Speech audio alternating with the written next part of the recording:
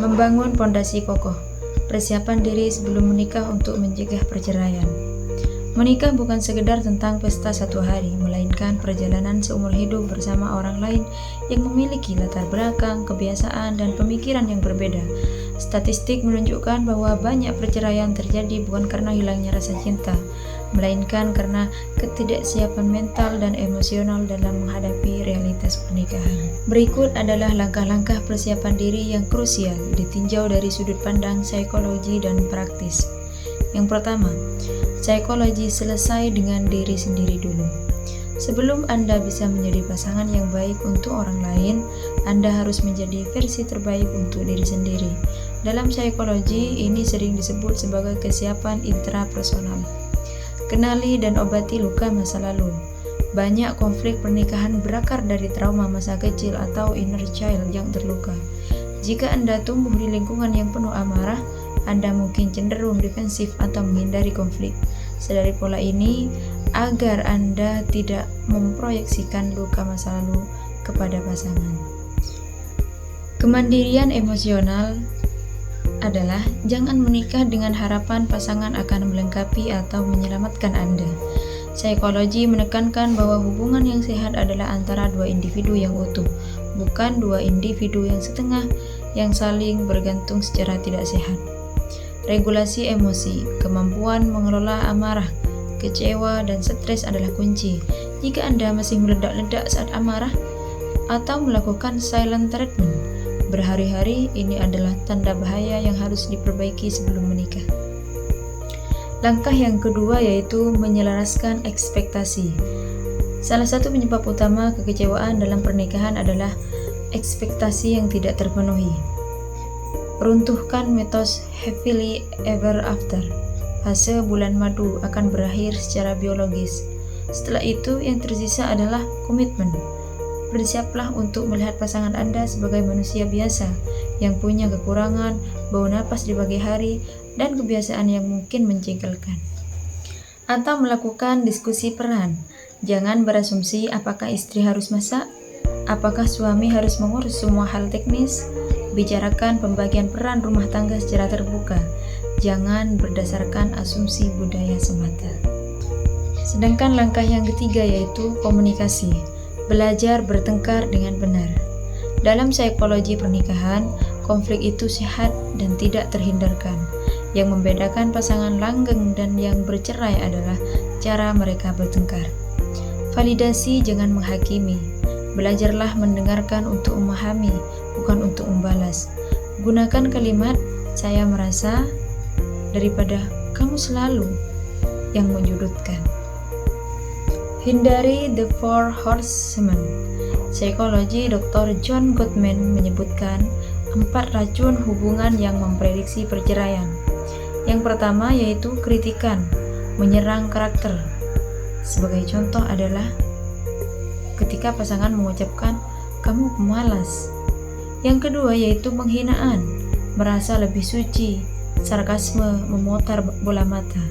Dan yang ketiga adalah defensif, selalu membela diri dan tidak mau tanggung jawab. Dan yang terakhir adalah stonewalling, menutup diri dan menolak berkomunikasi. Sedangkan langkah yang keempat yaitu membahas topik krusial, visi, finansial, dan seks. Cinta saja tidak cukup membayar tagihan. Ketidakterbukaan dalam hal ini adalah pemicu stres terbesar. Keterbukaan finansial, buka semua kartu, berapa hutang Anda, bagaimana spending habit Anda, apakah Anda sandwich generation yang harus membiayai orang tua, sepakati siapa yang memegang uang dan bagaimana alokasinya. Visi jangka panjang dan anak, apakah kalian ingin punya anak? Kapan? Bagaimana pola asuhnya? Jika tidak bisa punya anak, apa rencananya? Perbedaan nilai dalam mengasuh anak seringkali menjadi sumber pertengkaran hebat. Penting, menikah tidak akan mengubah karakter seseorang. Jika dia kasar, pelit, atau tidak setia saat pacaran, dia akan tetap begitu, atau lebih parah setelah menikah. Jangan menikahi potensi, nikahilah realitas yang ada di depan mata. Kesimpulannya yaitu persiapan menikah yang terbaik bukanlah pre-wedding photoshoot yang mahal, melainkan investasi pada kesehatan mental dan kedewasaan emosional. Pernikahan yang kuat dibangun oleh dua orang yang sadar bahwa cinta adalah kata kerja, sesuatu yang harus diusahakan setiap hari, bukan hanya dirasakan. Jika sebelumnya kita membahas apa yang harus disiapkan, sekarang kita akan membahas mengapa dan bagaimana mekanismenya bekerja dalam psikologi pernikahan. Pemahaman yang lebih dalam ini akan membantu Anda tidak hanya mengikuti tips, tetapi benar-benar memahami dinamika hubungan agar lebih tahan banting terhadap potensi perceraian. Berikut adalah penjelasan lanjutan dengan pendalaman konsep psikologi. Yang pertama yaitu memahami gaya kelekatan. Dalam psikologi, cara kita berinteraksi dengan pasangan sangat dipengaruhi oleh bagaimana kita diasuh saat kecil. Ini disebut dengan attachment theory. Memahami ini bisa menyelamatkan pernikahan dari pola konflik yang berulang. Secure, nyaman dengan kedekatan. Percaya pasangan tidak akan pergi, ini target yang harus dituju. Yang kedua yaitu konsep tabungan emosi.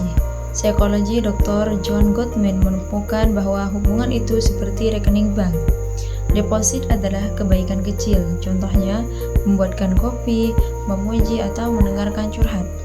Withdrawal atau penarikan, kritik, marah, ingkar janji melupakan tanggal penting. Rasio ajaib 5:1.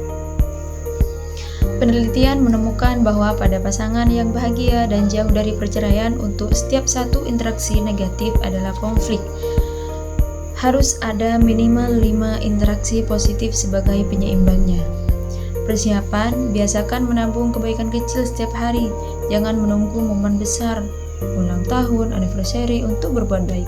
Jika saldo emosi Anda kosong, konflik kecil saja bisa membuat hubungan bangkrut atau cerai. Yang ketiga yaitu psikologi fisiologi. Mengenali flooding atau banjir emosi. Pernahkah Anda bertengkar hingga rasanya dada sesak, tangan gemetar, atau tidak bisa berpikir jernih? Dalam psikologi ini disebut dengan flooding. Mekanisme, saat konflik memanas, detak jantung naik di atas 100 bpm. Bagian otak rasional mati dan bagian otak primitif mengambil alih. Di titik ini, manusia hanya bisa fight, menyerang, verbal, atau flight, atau kabur. Solusi pranikah adalah buat kesepakatan time out kode. Jika salah satu merasa flooding, dia boleh bilang, aku butuh jeda 20 menit. Syaratnya harus kembali lagi untuk membahas masalah setelah tenang. Jangan pergi begitu saja, ini mencegah ucapan menyakitkan yang tidak bisa ditarik kembali. Yang keempat yaitu pentingnya upaya perbaikan. Perbedaan utama pasangan yang bercerai dan yang langgeng bukan pada seberapa sering mereka bertengkar, tetapi seberapa cepat mereka melakukan upaya perbaikan. Apa itu? Tindakan atau ucapan di tengah pertengkaran untuk menurunkan ketegangan. Seperti contoh, tersenyum canggung, memegang tangan pasangan saat berdebat, atau berkata, maaf, aku tadi nadanya ketinggian, bisa aku ulang? Persiapan, latihlah ego Anda untuk mau melakukan ini. Pasangan yang kaku dan gengsi melakukan repair attempts memiliki risiko perceraian yang sangat tinggi karena konflik tidak pernah benar-benar selesai, menumpuk jadi dendam. Yang kelima yaitu membangun makna bersama. Pernikahan tanpa tujuan bersama akan terasa hampa setelah beberapa tahun. Psikologi positif menekankan pentingnya makna bersama. Bukan sekedar beli rumah atau punya anak, tapi lebih dalam. Misal seperti contohnya, keluarga kita adalah keluarga yang melayani masyarakat atau agama.